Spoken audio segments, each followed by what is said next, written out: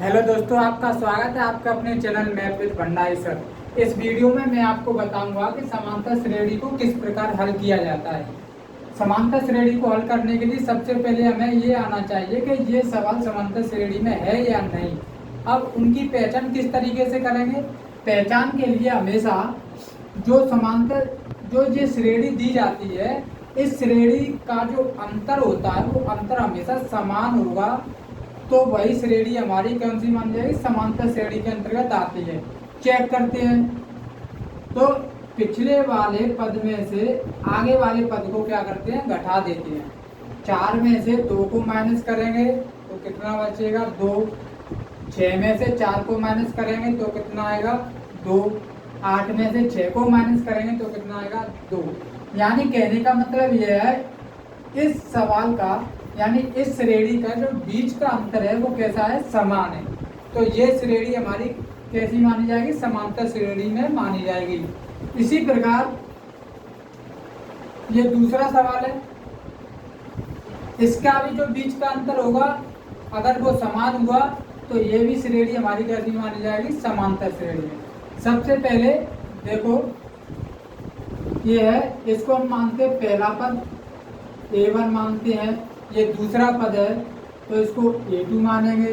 ये तीसरा पद है तो हम इसको A3 मानेंगे। ये चौथा पद है तो A4 मानेंगे। डॉट डॉट डॉट लास्ट में जो हमारा होता है वो होता है nवां पद यानी AN होता है। अब इसके बाद में जो पहला पद होता है उसको हम बोलते हैं प्रथम पद। इसको हम बोल सकते हैं प्रथम पद। जो श्रेणी का पहला पद होता है उसी को हम प्रथम पद बोलते हैं। इसको प्रदर्शित करते हैं ए से। कंडीशन के अनुसार A1 भी लिख सकते हैं और वैसे तो हम प्रथम पद को ए से ही प्रदर्शित करते हैं। इसमें प्रथम पद क्या माना जाएगा, इसमें माना जाएगा 2। और इसका प्रथम पद कितना है, जो पहला पद होता है पहले पद को ही हम प्रथम पद बोलते हैं। इसका प्रथम पद हुआ -1। अच्छा, ये तो बात हुई केवल प्रथम पद की। अब इसमें हमें एक और चीज निकालनी पड़ती है, उसे बोलते हैं सार्वंतर।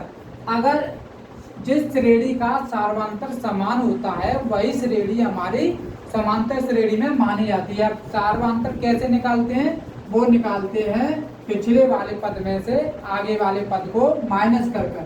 जैसे इसका सार्वंतर हमें निकालना है तो इसका सार्वंतर निकालेंगे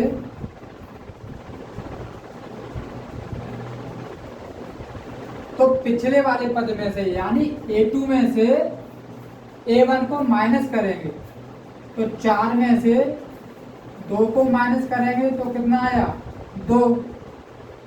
यहाँ हम 6 में से 4 को माइनस करेंगे फिर भी कितना आएगा, 2।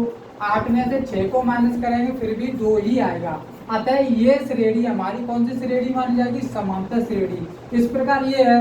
अब इसमें हमें सार्वंतर किस प्रकार से निकालना है, आपके 5.1 में यही निकालना पड़ेगा आपको कि सार्वंतर क्या है, प्रथम पद क्या है। अब ये निकालने के लिए इस वाले सवाल में हम क्या निकालेंगे, सार्वंतर। सार्वंतर निकालने के लिए अभी मैंने बताया था कि पिछले वाले पद में से आगे वाले पद को क्या करते हैं, माइनस करते हैं। यहाँ पिछला वाला पद कितना है, -2। -2 में से किसे माइनस करेंगे, -1 को। तो माइनस का 1 तो जो पहले से ही है। अब ये घटाना पड़ता है तो घटाने के लिए घटाए का निशान लगाएंगे। अगर जोड़ना पड़ता तो यहाँ जोड़ का निशान लगाते हैं। बहुत सारे बच्चे यही गलती करते हैं। -2 माइनस और माइनस ये हो जाएगा प्लस, और एक संख्या माइनस की दूसरी प्लस की होती है तो संख्या जुड़ती नहीं है, हमेशा घटती है। -2 में से 1 को घटाएंगे तो ये बचेगा -1। इसी प्रकार हम आगे भी निकाल सकते हैं। सार्वंतर को प्रदर्शित करते हैं किससे, D से। प्रथम पद को प्रदर्शित करते हैं A से और सार्वंतर को प्रदर्शित करते हैं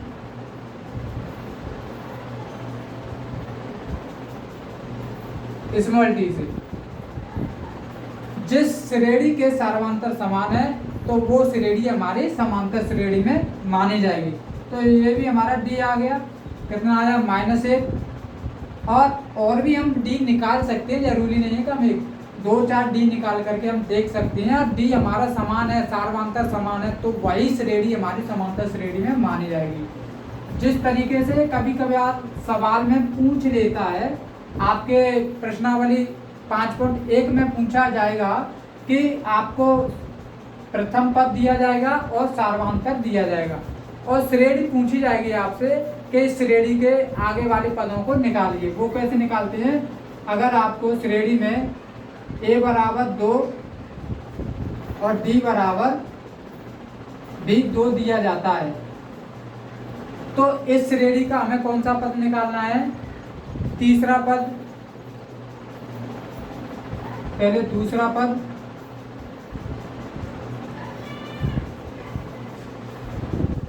तीसरा पद,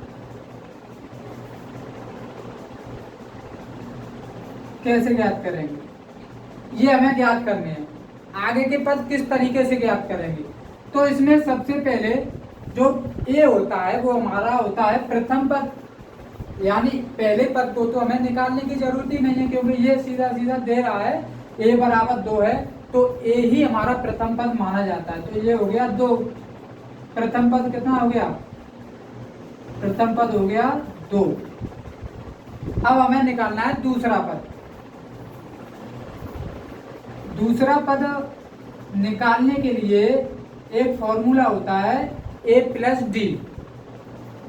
दूसरा पद का फॉर्मूला होता है a प्लस डी। अब a कितना है हमारा? 2 और d कितना है? d भी हमारा 2, यानी d हमारा होता है सार्वमांतर। ये भी 2 है, तो कितना आ गया? 4। प्रथम पद कितना हुआ? 2। दूसरा पद कितना आया? 4। अब हमें कौन सा पद निकालना है? तीसरा पद। तीसरा पद हमें निकालना है, तो तीसरा पद का फॉर्मूला होता है a प्लस 2d। हमें 14 पद निकालना होगा, तो एक कम कर d के पास जो संख्या होगी उसको एक कम कर करके लिखेंगे। जैसे कि यहाँ तीसरा पद निकालना है, तो d के पास हमने कितना लिखा? 2। यहाँ हमें दूसरा पद निकालना है, तो हमने d के पास कितना लिखा? कोई संख्या नहीं होती तो एक होता है, ठीक है। हमें चौथा पद निकालना है, तो वो आएगा a प्लस 3d, यानी एक पद कम कर। तो इसमें a कितना है? 2 और d कितना है? 2। इन दोनों के बीच में निशान माना जाएगा मल्टीप्लाई का, तो इसको हम हल करेंगे। 2 दूनी 4 और 4 में कितना हम जोड़ेंगे? 2। बोर्ड मास के हिसाब से पहले हम मल्टीप्लाई को ही सॉल्व करते हैं। 4 और 2 6। तो ये हो गया हमारा तीसरा पद। तीसरा पद कितना आया? 6।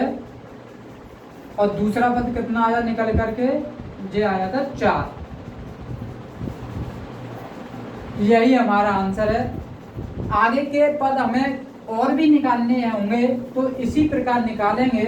हमें निकालना है जैसे छठवां पद, तो a प्लस 5d के हिसाब से प्रथम पद और d दिया हुआ, तब ही हम निकाल सकते हैं पदों की संख्या को। अगर ये वीडियो आपको पसंद आई हो तो इस चैनल को लाइक शेयर सब्सक्राइब जरूर करें। धन्यवाद।